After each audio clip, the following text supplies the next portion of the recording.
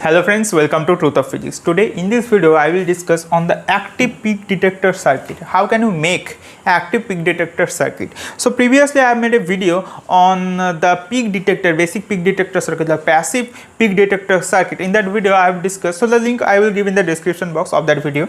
So in that video I have discussed these two things. Okay, this is the circuit of peak detector, basic peak detector, very simple circuit. So this circuit's output was looking like this, right? This was just detecting the peak, right? You can see that this is V output and this is just detecting the peaks, right? Peaks. So there was some drawbacks of this circuit. What are the drawbacks? The drawbacks, number one drawbacks was there was an diode drop, right? Due to this diode there was this voltage was V in minus 0.7 volt due to this forward voltage drop of the diode, and that is reflected here. The peak is not accurately detected by the output. The peak is here actually, but the output was here. So the peak is not actually detected. Actually the peak is V output plus 0.7, but which is not seen by the observer in the oscilloscope. When you perform this experiment with oscilloscope, when you put the two terminals, connect the two terminals with the oscilloscope, you can see this type of figures. This is the V input and this is the V output waveform. Then you can see that the output is not, the output will be like this. There is an gap between the input and the output, and the gap is 0.7 volt. Now how to recover this? The recovery circuit is like this. How? There is an, this is an op-amp follower circuit. You can see that here negative feedback is operating. Now whenever there is negative feedback operating, that means the input to terminals voltage will be same. Op-amp will work like that. That means how the op-amp will work for, let us assume for V in greater than for positive V in, what will happen? Suppose the V in is 5 volt, suppose. Then these two terminals will be same, the voltage at these terminals will be same. Op-amp will work like that, such that the input to terminals voltage will be same. Then how can it work? Then it will be 5 volt. Let us assume this is 5 volt. Then this voltage, this is followed by here, so this voltage is 5 volt. Now how it can be 5 volt? There is a diode. That means here if I measure the voltage here, this will be obviously 5.7 volt, because after the diode there should be a 0.7 volt voltage drop. So after dropping of voltage, the output will become 5 volt here. So op-amp will operate in such a way that the output, it will drive such a current that the output in the output of the op-amp the voltage will be 5.7 volt. Okay, now this is the basic principle. So in this way, okay, now this voltage will be 5 volt always. Now however, okay, now suppose V input is changing from 5 to like this is 5 volt and it is changing like this. Now then similarly it will be followed by here and that will be followed by here. So here that will be 5 volt and here it is grounded. So the capacitor will begin to charge and that will be reflected by this another op-amp follower circuit. Okay, so that will be reflected at V output. So V output will be just look like the V input. There will no any drop like this. So now the new waveform of the V output will be like this. It will just follow, it will just be the same. It will be just same. Here it will be just this, here it will be just this, and here it will be just this.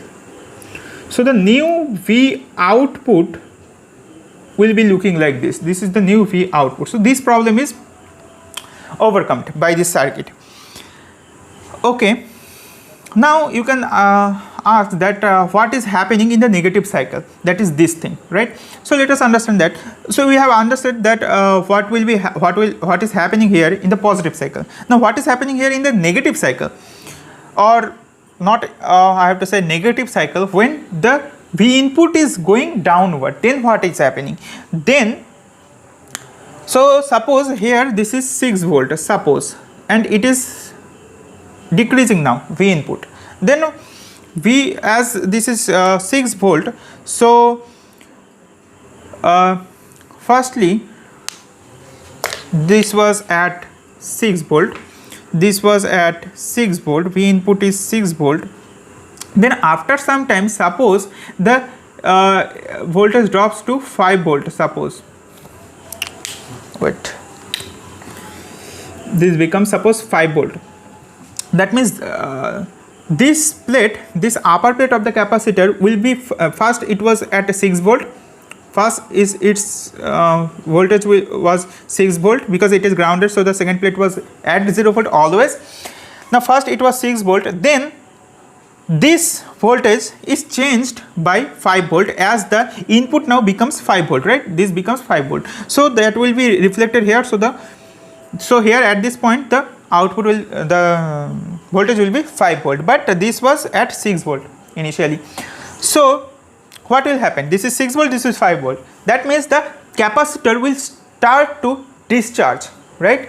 It tries to discharge, right? So charges, so the current will try to flow from this word in this way, but that will not allowed by this diode, because diode only can allow a unidirectional motion, unidirectional current. It will not be operated in reverse bias, that then it will be reverse bias, and that exactly happens. So then this circuit will be just an open circuit, this will not work. That means this feedback will now not working, the op-amp is actually not working with its feedback. So this feedback is not working right now, and the charge stored in the capacitor will be just reflected here at V output. Okay, now so the charge here what was in the peak, that will be reflected in the V output all over the time in the when the V input is less than the V output, right, in this period of time. Then after that, whenever the input again starts to rise up, then again the output will trace the input. Now okay, it is clear that two drawbacks are overcome by this new advanced circuit. Now what are the drawbacks of this circuit? Yes, there are some drawbacks of this circuit also. Number one drawback is the op-amp slew rate. We always know that op-amp has slew rate limitations, means op-amp's output takes some time to change from some point, to change its value from a point to another point. That means what I am trying to say, let's understand the negative this cycle. Whenever the V input is less than the V output in this period of time, the op-amp, what is happening in the op-amp, this is not working. That means the feedback is not working in this period of time. That means why the feedback is not working? Because to work the feedback, op-amp output has to drive some current, and that will operate, that will make the feedback operating. But here in this cycle it is a open circuit, so op-amp output current is not getting in this point. That means the feedback will also not operate. Okay, now as the feedback is not operating, I can display it like this. So what is this? Here the op-amp circuit, it is suppose plus 15 volt, it is minus 15 volt. That means the supply voltages, it is the actual diagram of op-amp. So whenever the op-amp is not working in feedback, then it will work as a comparator, op-amp comparator. What happens in comparator? Means it will go its saturation voltage, that is its supply voltages. That means in the negative cycle, whenever in this cycle, in this period of time, the op-amp output will be at minus 15 volt. Op-amp output will work as an comparator, and it will the voltage at this point will be minus 15 volt. Then what is happening here? After that, whenever it just again start to rise up the input voltage, then the op-amp will start to the op-amp feedback will start to again work. Then what happens? Then the op-amp output, as it was sitting in the negative saturation voltage, in the negative voltage minus 15, then it will have to raise back to the positive cycle, because now it is positive. That means op-amp output has to come back from minus 15 volt to this positive input, right, to trace this curve, plus this forward voltage drop, because there is a forward voltage drop of 0.7 also.